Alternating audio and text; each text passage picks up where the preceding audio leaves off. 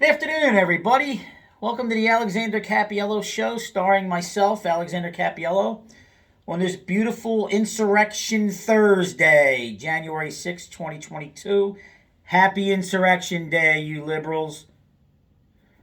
As you see right here, we are without, yet again, the Todd father. Unfortunately, he's still home sick with a severe case of COVID.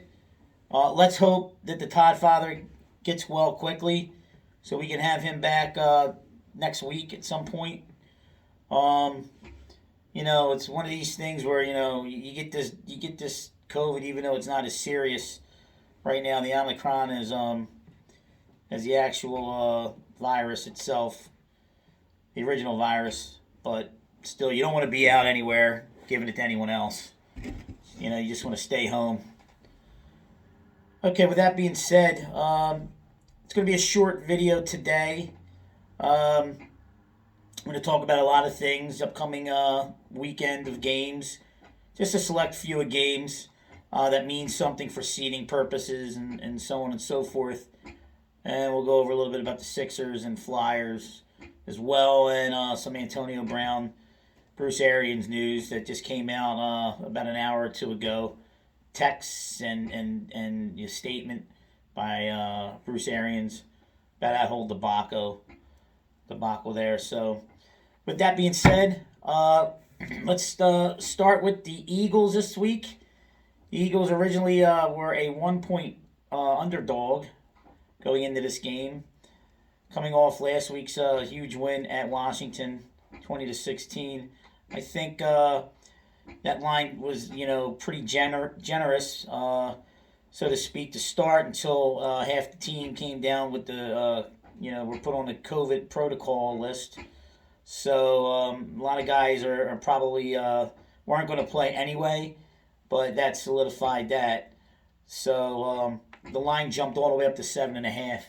Now I know for a fact that the starters aren't going to play, or most of them aren't going to play, because it was announced within the last day or two that they wouldn't, and they weren't going to anyway. So that's why the line jumped up along with all the other issues with the COVID and stuff. So, I spoke about this Tuesday on my show that if the Eagles were to beat Dallas, then a lot of things would have to happen with other teams, which I'm not going to go into again because it's too confusing. But there's three or four other teams that, if they also won, then the Eagles would have to play Dallas in Dallas wild card weekend, and that's something that I wouldn't want to do. So it doesn't matter anyway. The Eagles are going to lose this game. The line now is down to 5 for some reason. People are betting the Eagles. I still like Dallas to win and cover 24-17. Somehow I think the Eagles will put up 17 points. Regardless of that, I still think Dallas is going to win and cover the 5. So we'll see what happens there. You look ahead to the playoffs. It looks like it's going to be Tampa coming in here, barring any other, scenarios that might play out with these other teams and so on and so forth. Question I want to ask, the public is do you want to play Tampa? I think they're the weakest, and the team, is in the most disarray of all the teams that are in the playoffs right now and have a shot to make the playoffs. So from what went down with Antonio Brown and coaching staff, and specifically Bruce Arians. Before all that even happened, they were missing guys on defense, and they got a lot of issues on both sides of the ball. But the glue that keeps them all together, obviously, is TB12 himself, Tom Brady. So we'll see what happens. Come this Sunday, how they play at home against Carolina. I think they'll give Brady a few series. I know he wants to play. He's not a guy who sits, when they have things locked up last week of the season. So you'll see how that pans out. But, I would like to play them. They're a team that's in disarray a little bit right now. And, I think that you could put some points up, and I think that you might be able to make it a game. Certain people on talk show radio are saying that, you might be able to win the game outright. I don't agree. But you could keep it really close. I guess there's always a chance you could win the game outright.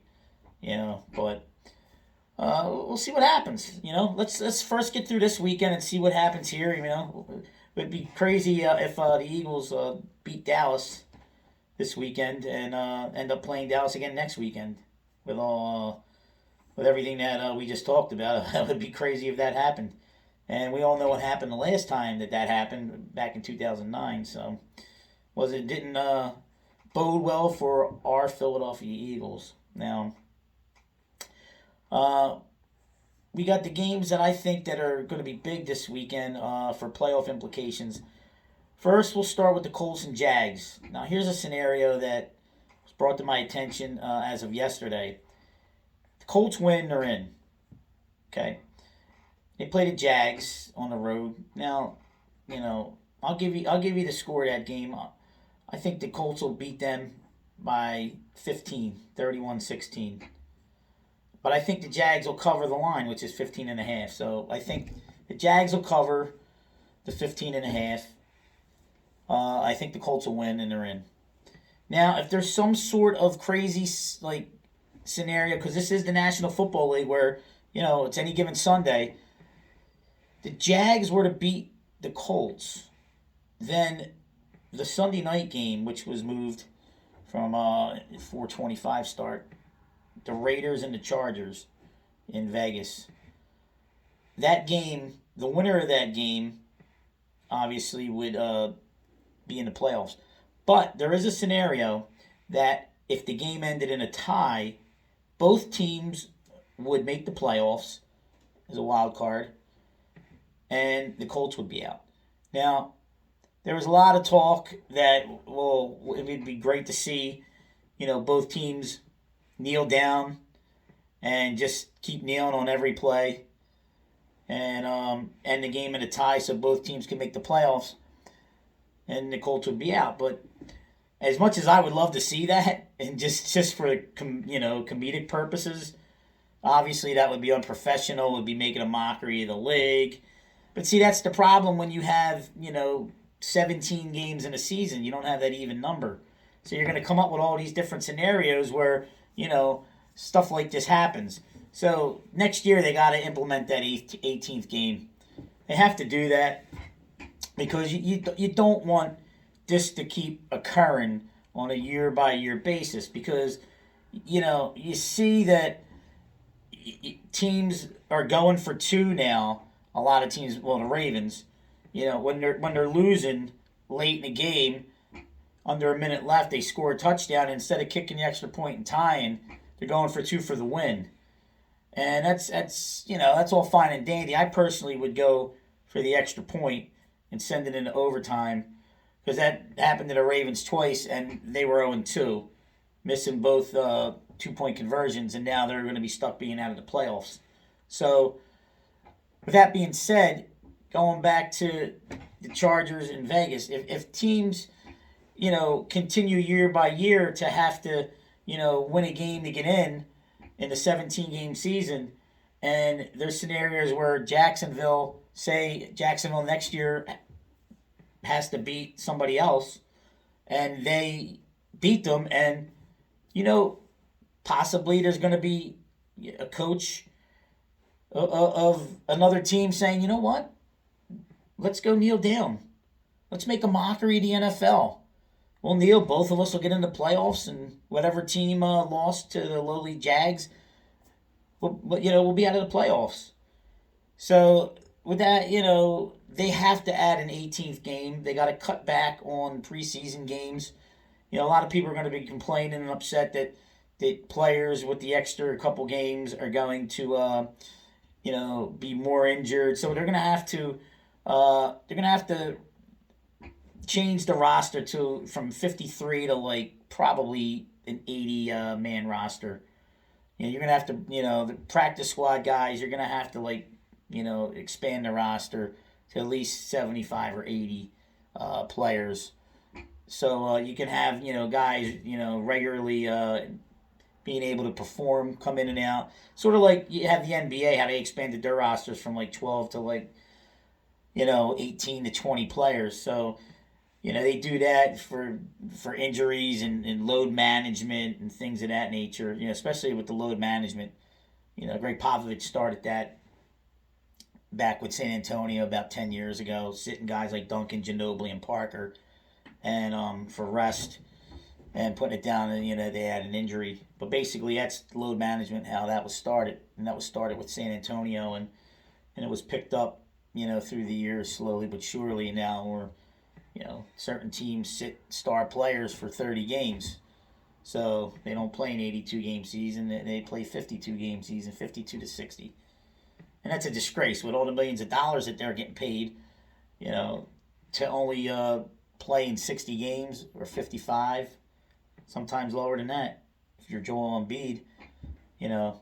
So, and the fans they pay a lot of money for parking. They pay a lot of money, to go down to the stadium and, to take, say, a family of four. You're spending hundreds and hundreds of dollars on food, parking, tickets alone. I mean, it's tough. So you can't have that. Anyways, let's go back to the games that are important for this week.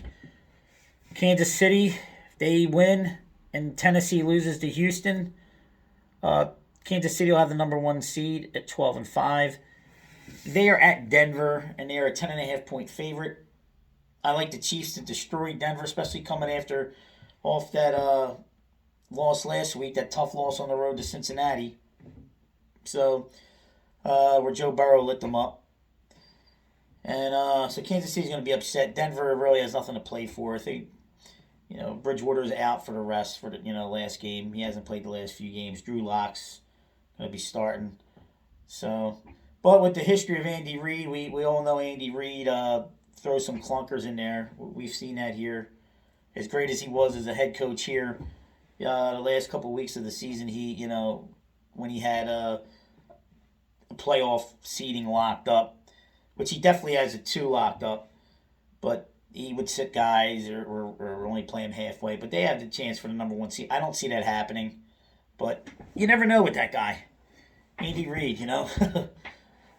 Oh, what a head coach he is. Whew. Thank God he got Pat Mahomes, or he would never won a Super Bowl. That's how I feel. Anyway, I like the Chiefs 38-17. Covered at 10.5. The Titans got them at Houston. The line for that game is also 10.5. And I like the Titans to squeak by that one, 24-16. I think it's one of those games where, the Titans are going to go into Houston and it's going to be an easy game. For everyone that seems to think that Houston stinks, which they do, but they occasionally will come up with a big game at home. They did it a few weeks ago against the Chargers, beating them 41-29. So in my mind, I think that, Tennessee will win. They'll do a lot of running the ball with Deontay Foreman. Derrick Henry's probably going to be back for the playoffs, maybe the second round if they advance. If they don't get the bye, if they lose to Houston. But if they get the bye, then he'll probably be back for that first game. So I got Tennessee winning 24-16, covering a 10.5. Then you got the Chargers in Vegas. Now, again, like I said earlier, the whole Jacksonville and Colts scenario. We'll see how that plays out. But Jacksonville probably won't beat the Colts, but nothing will shock me, if that were to happen. Nothing shocks me in the NFL and what goes on from a week-to-week basis. So I got the Chargers squeaking by 23-20 and making the playoffs as that last seed. The line's 3.5. The game's in Vegas. So Vegas will cover that 3.5, I believe. And Chargers getting in the playoffs. If Jacksonville does somehow win the game, the coach of Los Angeles said, by no chance at all will they work a deal out in the back and play for a tie. So, I'm still hoping for it. I want to see it. I want to see them make a mockery of the NFL, because the NFL sure has made a mockery of a lot of people for a lot of years. It's ridiculous what they do. There's a lot of cheating that goes on in the National Fixed Football League, with different spots, just a lot of different things. And now with, gambling even more involved now with, FanDuel and DraftKings and so on and so forth, you could have a referee place a bet through a brother, which I'm sure they've done in the past, but now it's so much easier. You just sit at home and you see bing, bang, boom, and then the players can get involved and do the same thing. So you could have a kicker miss an extra point, a guy who's usually reliable. You could have, a referee call 2 or 3 straight holding penalties that are bogus because you could call holding on pretty much every play. So it's just a lot of flags have been thrown this year, and it's just, I don't trust the officiating in the National Fixed Football League. So we'll see what happens, But, yeah, I would love to see them make a mockery of the league, but, he came out, the coach of the Chargers, and said that he was not going to do that. So, whatever. It is what it is. So, and quite frankly, I would like to see, a good game, especially when Jacksonville loses, then we know that game's going to mean something for both teams because only one could get in. So, okay. So that's it off of football playoff talk until next week when we know what teams are going to be playing, who, and for what, and so on and so forth. Last night, the Sixers beat Orlando 116-106. Again, being carried by their superstar center, Joel Embiid. With 31 points. Tobias Harris had 22. Furkan Korkmaz, second consecutive game with 20 points. So the Sixers are now sitting at 21-16. If the playoffs were to start today, they'd be 5th in the conference and having a road date with the Heat. Hopefully the Sixers can move up and get some home court advantage in the playoffs. I'd like to see them get a first round win, against a decent team that's 5 or 6 without Ben Simmons and preferably with some players that would come in for him via trade. But right now that doesn't seem likely. And from my sources are telling me that the Sixers are going to be in play for James Harden after the season. So because Daryl Morey, their GM, really loves himself some James Harden. I don't know if I want James Harden here.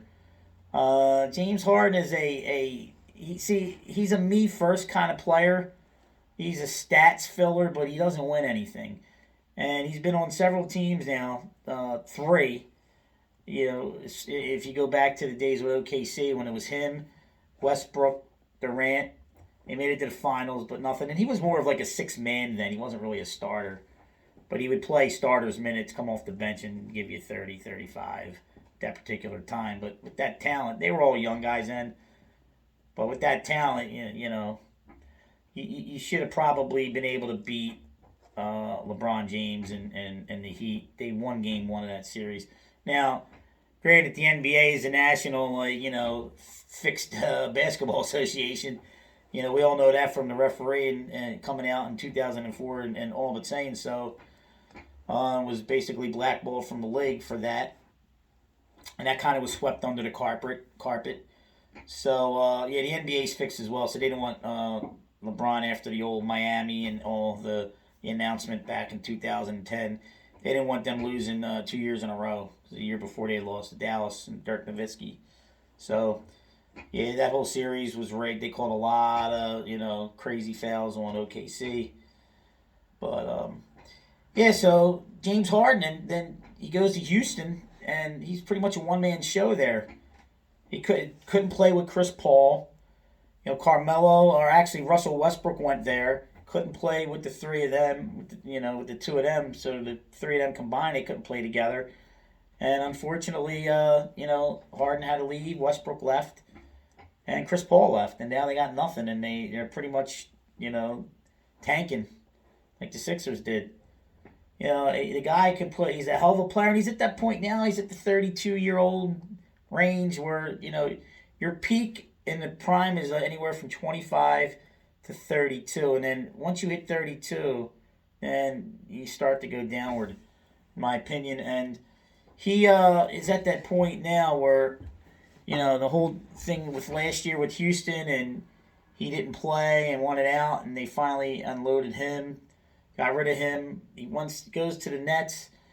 He is comes in about 50 pounds overweight. Still plays great, putting up stats, but it's just they didn't end up winning anything. The three of those guys, you got to be able to. They had some injuries. Don't get me wrong, and they had a stacked team, but they had some injuries. But injuries are, I guess, are just an excuse for losing. I mean, I again, people say that. Me personally, I think if you lose your best player or two, and you have a big three, and even if like your best player or two are really banged up and they're shooting them up with painkillers and whatnot, I still think that that's an excuse, and I think you're allowed to have an excuse. I mean, if you have the greatest team assembled and you lose half the guys on that team, more than likely you're not gonna win. So people will say, oh, well, it's just an excuse for losing. Well, yeah, it's a very legitimate excuse for losing. I mean, that's how I feel. But some people don't feel that way. They feel like, oh, well, next man up. Well, maybe the next man up isn't as, well, obviously he's not as good as the guy, as the players that you've lost or are really banged up. So, it'll be interesting to see what Harden does and the Sixers do after the season, because I don't think the Nets are going to win the championship. I think that honor is going to go to either Phoenix or Golden State. The Lakers are toast. That's a whole shit show out there in LA. They got LeBron James starting at center. That's a total joke. He just stands there and he don't even jump. And he plays a few possessions at center, and then he goes back to, taking turns with Westbrook bringing the ball up. There was a stat that LeBron's 4-0 starting at center, which is a joke. You want to talk about players starting at center in meaningful games. Talk about the 1980 Los Angeles Lakers and Magic Johnson starting at center against the Sixers in the NBA Finals, and holding his own on the tip and scoring 42, 15, and 17 in that game and eliminating the Sixers. Without Kareem Abdul-Jabbar in his prime at that particular time, a.k.a. Lou Alcindor. So, I don't want to hear about the Lakers. I don't want to hear about LeBron starting at center. So it's going to come down again to the Nets in the East and the Bucks. And then you're going to have Phoenix and Golden State fighting it out because they're the two best teams out West. So it'll be interesting to see, and then it'll be the finals between probably the Nets this year, because they need a big name market. Brooklyn's a big name, and they didn't make it last year, so the NBA will cheat. So it'll be Brooklyn, and it depends. I mean, Golden State, Phoenix, pick your poison. Whatever happens, I'll tell you this: it'll probably be Brooklyn winning the title this year.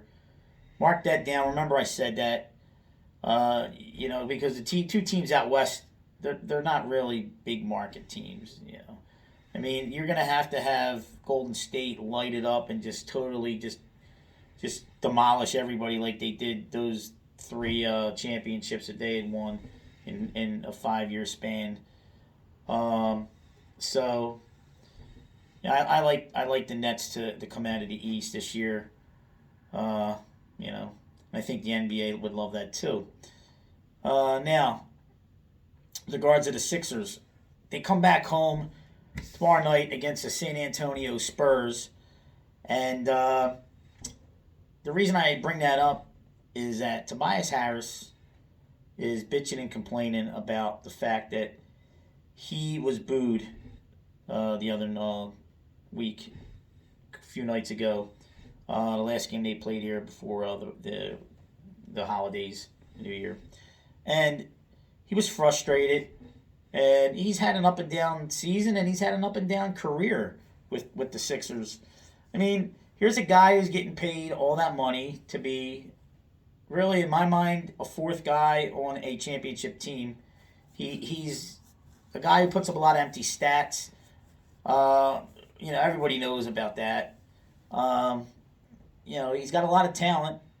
But, like I've discussed on previous shows, he's a guy who's been on 5 teams at the right young age of 29, I believe, 28, 29.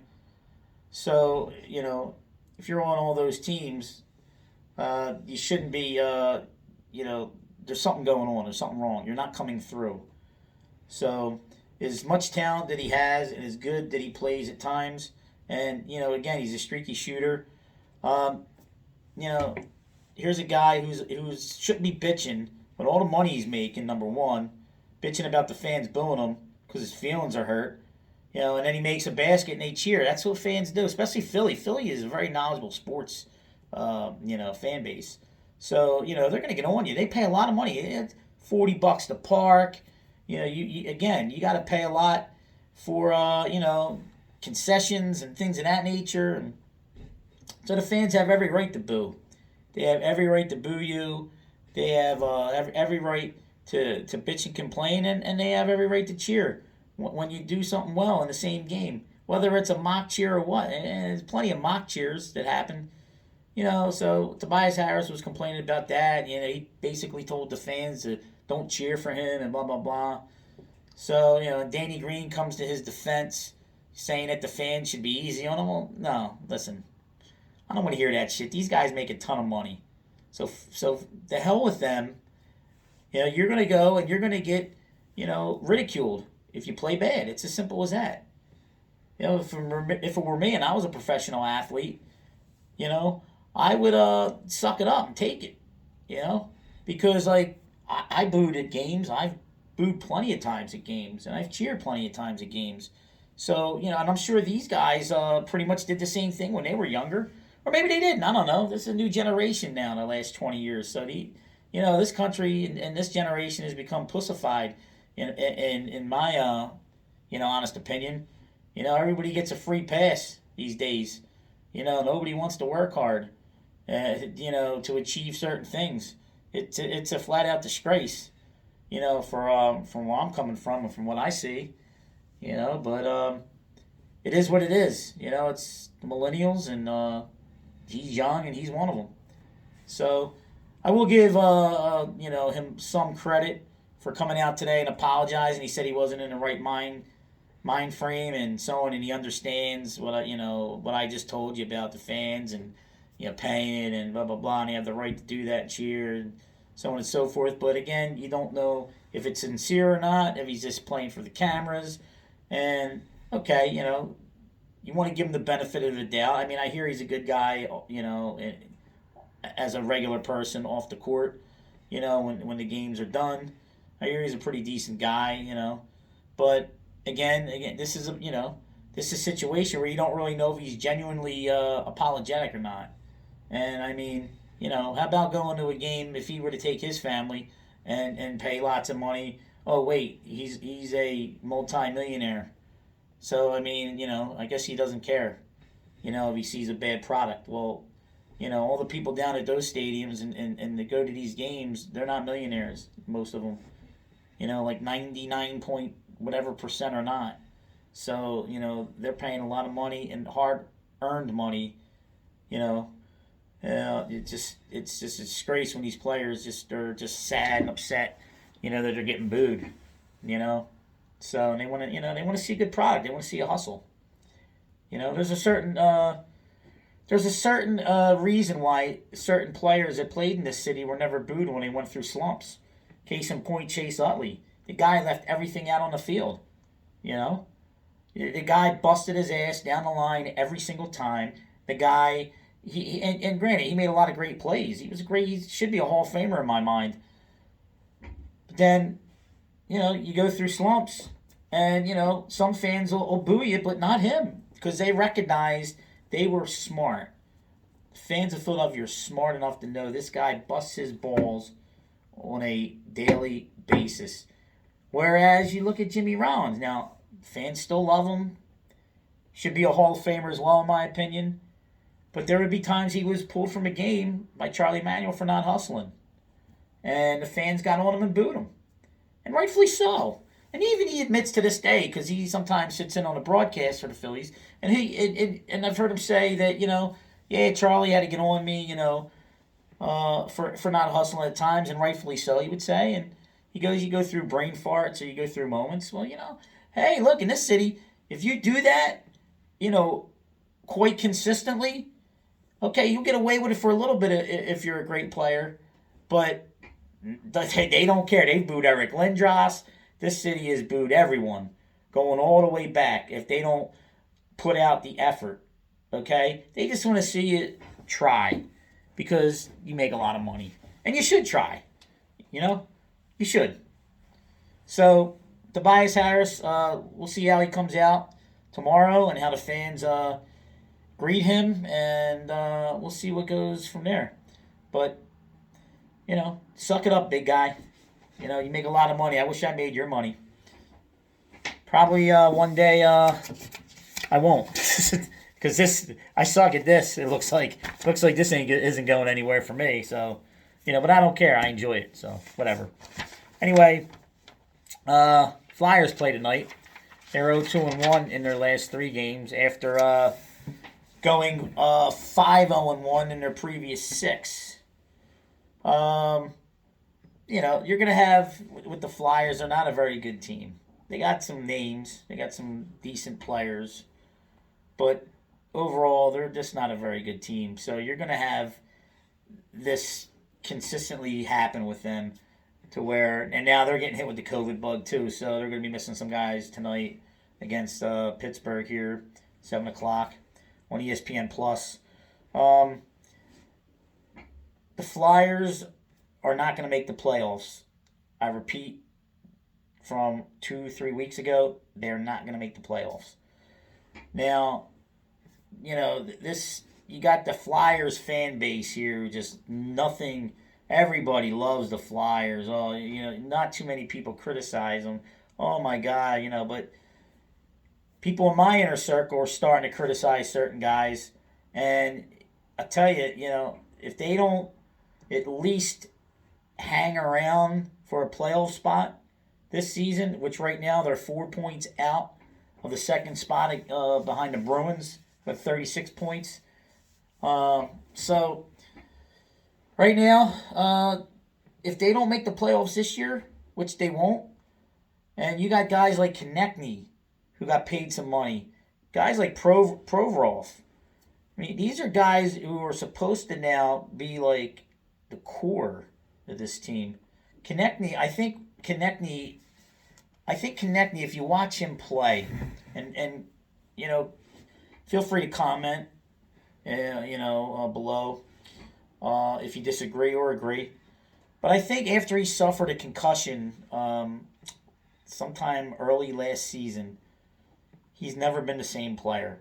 He used to go into the corners hard, consistently all the time. He used to agitate all the time. And he used to play with a edge. Like, he was like a pest. He kind of reminded me of, like, if you old school Flyer fans would know this player, Kenny the Rat Linsman. They called him a rat for a reason. He was just a pest. And I'm not seeing a lot of that with Konechny. Yeah, I mean, you see it occasionally, but it was always there, before the concussions. And I think that, and if you look at his stats, they're just terrible so far. And last year they weren't good. They should be on the rise instead of on the downside. And it's concerning because, the Flyers are kind of stuck in a contract with, just gave Deshaun Couturier a big long-term deal. And, here's another guy who's, consistently putting up numbers. But the problem with him is the NHL's fast. It's a fast league. And he seems to be one of those guys, again, the same old Flyers, even the Roddy Brind'Amours, who was a hell of a player, defensive forward, get you 25, 30 goals a year, get you 80 points, 75, 80 points. But they always seem like they're stuck in quicksand. They're just not fast. And as much as you're going to get some production from Couturier when it counts in playoff situations, if they ever get back to that point, he's not a guy that you he should be on the first line or second line. He's more of a third or fourth line guy. And that's where he'll be productive. Um, you know, it's a shame because the Flyers, Ron Hextall actually did a good job, as far as drafting people. But again, they draft a lot of the same players, and so they got a lot of the same type of guys. Giroux, another guy, he's in the last year of a contract, so I think he's hopefully he'll be gone at the end of this year if memory serves me correctly. So I mean, or he might have one more year in his deal. I'm not sure. I'd have to look that up. Again, if anyone knows that, they can feel free to leave comments, at the bottom. But he's got to go. Giroux's got to go. He's another guy who's he's stuck in the mud type guy, and you just can't have that in today's NHL. Giroux again would be a good third or fourth line guy in a playoff, situation. I'd say third line because he did it here before, back in 2010. It was, him, Hartnell, and Billy Leno against Chicago, and he was well. He did very well in that spot, and I just think that they need a guy that is a sniper, and I can't think of another guy. The last guy here in Philadelphia that was a complete and utter sniper, just when you needed a goal, he would get it for you, late in games and just found the net, and that was, it was just unbelievable with John LeClair. John LeClair was a sniper. I mean, that's the last guy I can think of that was a sniper. I can't think of really anyone else. They pretty much all had the same players. And I don't know if it's this ice surface here, but it just seems to me that even when they played at the Spectrum, and their last season at the Spectrum was 1995, they were never the fastest team. But if you go back, they looked faster on their skates. They just looked more up on their skates, more faster. Then they switched to this ice surface in '96, and they always talked about that. Well, this team's going to be faster and bigger, and it turns out they're not. And it's just frustrating to see. And I don't know if it has anything to do with the ice surface or just the type of player, but even Ken Atkinson, he was so fast with the Columbus Blue Jackets. And the first few games of the season here, he was flying all over the ice. I'm like, wow, we finally got a fast player. And now when I watch, and again, maybe it's me, but I don't see the same speed 100% of the time. I don't see it all the time. And I used to enjoy watching Columbus play because they had Boone Jenner. I liked watching Bobrovsky, former Flyer. I like watching Atkinson. I enjoyed their coach. I wish we had him, John Tortorella. Guy's a maniac, but that's what a lot of these players need: discipline. And coach yelling and screaming at him. And it's just I see guys like Atkinson even now. And again, is it certain players in the room like the Giroux, the Couturiers, that are bringing guys like this down? But I've seen this happen years ago in the Lindros era too, And again, I just can't. It just boggles my mind. And I know I'm kind of rambling on about this, but it's frustrating to see. Something's got to change. It really does. So, and we'll see tonight. Maybe it'll start tonight. Maybe the Flyers will kick the shit out of Pittsburgh and Sidney Crosby and. Hopefully, maybe go on a 20-game unbeaten streak or 35-game or 33-game unbeaten streak like in 1980, 79-80 with those teams. Probably not, but it would be nice. All right. And finally, I'm going to talk a little bit about the Antonio Brown and Bruce Arians and the whole Tampa Bay Bucks debacle. Now, reports that came out today are starting to come out today. You get the lingering little tidbits of information. Apparently, Antonio Brown was more injured, he's saying, than it was reported. And they shot him up with some stuff that he was allergic to. And it could be very serious, to his health. Now, he probably watched a lot of Aaron Rodgers recently on the Pat McAfee show because Aaron Rodgers wouldn't take the vaccination because he said he had, especially the Pfizer one, because there was stuff in it that he was allergic to, and he didn't want to chance it. And I don't blame him. I mean, it's your choice, your body, So, yeah, I mean, nobody should force anything on anyone when it comes to their health. Now, with that being said, if that's the case with Antonio Brown, then okay, you don't have to act like a jackass and run across the field if you say you're injured and you can't go in, and your coach tells you to go in and you say no, I'm hurt, and then he tells you to get the fuck out of here, then all right, well then what do? Do you leave in the middle of the game, or do you sit there and don't go back in? Well, he decided to take off his jersey and leave. Me personally, I wouldn't do anything like that, and no one's ever done that before. Well, what I'm hearing now is a he said, she said type of thing. But apparently, Ian Rappaport, Pat McAfee today have come out and said, via text on both sides, but you had a press conference from Bruce Arians and just a statement from Antonio Brown. Antonio Brown sent out some text messages that he had with Bruce Arians, who said he didn't know that Antonio Brown was hurt. And from the text messages, that stuff is left up to the medical staff, the doctors and the medical staff of Tampa Bay. And they fill in the coach on how the player feels that day. Now, he knew he was out in the beginning for the injury. He had a bad foot. Now, he knew he was out because of that. Then the whole fake vaccination card thing came into play. So, Antonio Brown felt that he should have been backed by his teammates on that. And, and look, everybody has their own opinions on different things of that nature. So, whatever. If he feels that way, he's right to his opinion. But it's a pretty stupid opinion, if you look at it. I mean, you're there to play football. So, I mean, it is what it is. You broke a rule. Whether you agree with it or not, you still broke a rule.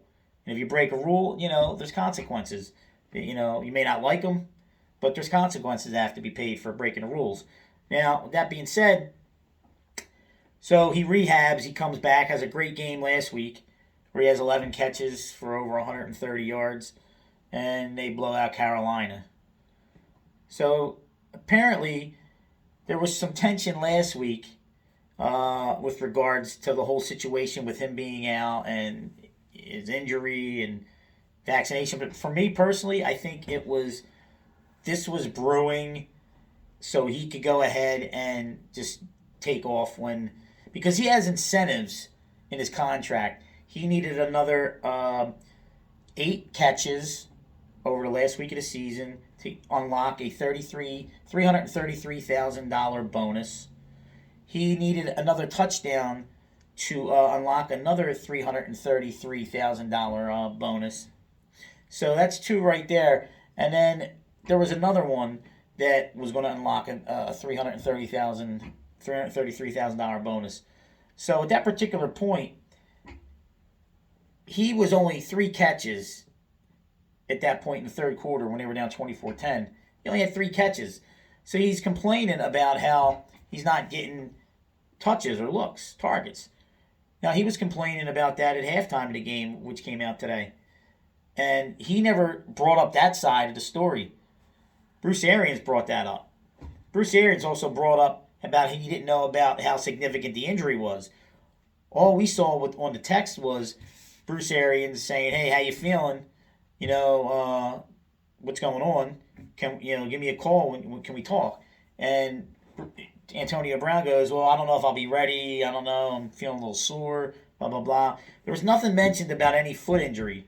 Again, that's between team doctors and stuff like that, but nothing mentioned by Antonio Brown or Bruce Arians about a significant injury, because Antonio Brown had 2 MRIs, secondary MRIs, after he left that stated that he had bone fragments, in his ankle. And, the guy was out there for a whole half and then some in the third quarter and was flying up, stopping on a dime, turning, catching passes. Granted, it was only 3, but he looked fine. And you've seen him when he left the field. Here, here's what I think. I think the guy has some mental issues. and it's a shame because mental illness is a very tough thing to have to deal with. A lot of people go through it, myself included, at times. Different things can trigger it. With him, he had a hit about 5 years ago. He took from 55, the linebacker from Cincinnati, Montez Burkett. So I think it's Burkett. But anyway, took a hit from him, and from that point on, you could tell in interviews that he doesn't sound right. He sounded very, very different before the hit in interviews, and over the last 5 years, he's totally just in his voice, his speaking tone, and just things he would say. He's just not right, and it's a shame because the NFL has to go ahead, and I know they changed some rules and they did some things to try to help with concussions and different things like that, and they check players out under the tent. If they're dinged up, and they determine whether or not they're able to go back in the game, and so on and so forth. So I mean, but has the NFL really done enough for players, in the league that have issues? And you get hit, even if you don't get hit in the head, you take a whack to the body, shoulder to shoulder hit, that's like a car wreck. And you go through a bunch of car wrecks in a game like that. Your neck gets slinged all over the place. You get shots. It's going to obviously affect your brain. And, I think over time, you got a lot of players that are in their 10th, 11th year in the league that are still productive, but they're suffering. Lane Johnson suffered from mental illness this year. Jason Kelsey came out and talked about that. I mean, Brandon Brooks, he has an anxiety and depression issue as well. I mean, look, you signed up to play, football. And so I think that the NFL has done as much as they can with the rules to try to keep it clean so the players don't get, severely hurt. And, I think they've really, really made it easier on a lot of these players and so forth. And that's why you see stats go out of the roof. I mean, you don't see a team stop another team unless your team is just really, really pathetic. You don't see a lot of stops anymore. Eventually, I believe, as the players even get more bigger over time, that you're going to see, and a lot of teams are going for it on fourth down a lot if it's 4th and 4 and they're at a certain part of the field. I think you're going to see the elimination of punters. I think there's not going to be a spot on a roster for a punter. You could just get a regular player if you need to kick a ball 30 or 40 yards, because, it really doesn't matter. I mean, teams can't stop anybody really anymore. They're really good teams that go up and down the field, So I just think that the NFL, with regards to Antonio Brown and the whole concussion thing, that when players act out and are malcontents like Odell Beckham Jr. and, Antonio Brown and, a slew full of others, you got to try to help them. You got to try to help them now so, they don't end up, in worse shape down the line or possibly, deceased. So, it's a real tough thing here. You got to, I know you want to put out a good product and I know you want to make money and you don't want to really give a lot of money up, but you're going to have to do something because you can't have what happened last Sunday, happen again. It just makes, it's just a disgrace to see something like that, and, so that being said, I just want to tell everyone that I'm going to try, to do another show on Monday, and I got to see where we're at. I want to see if I can get the Todd Father in here at some point next week.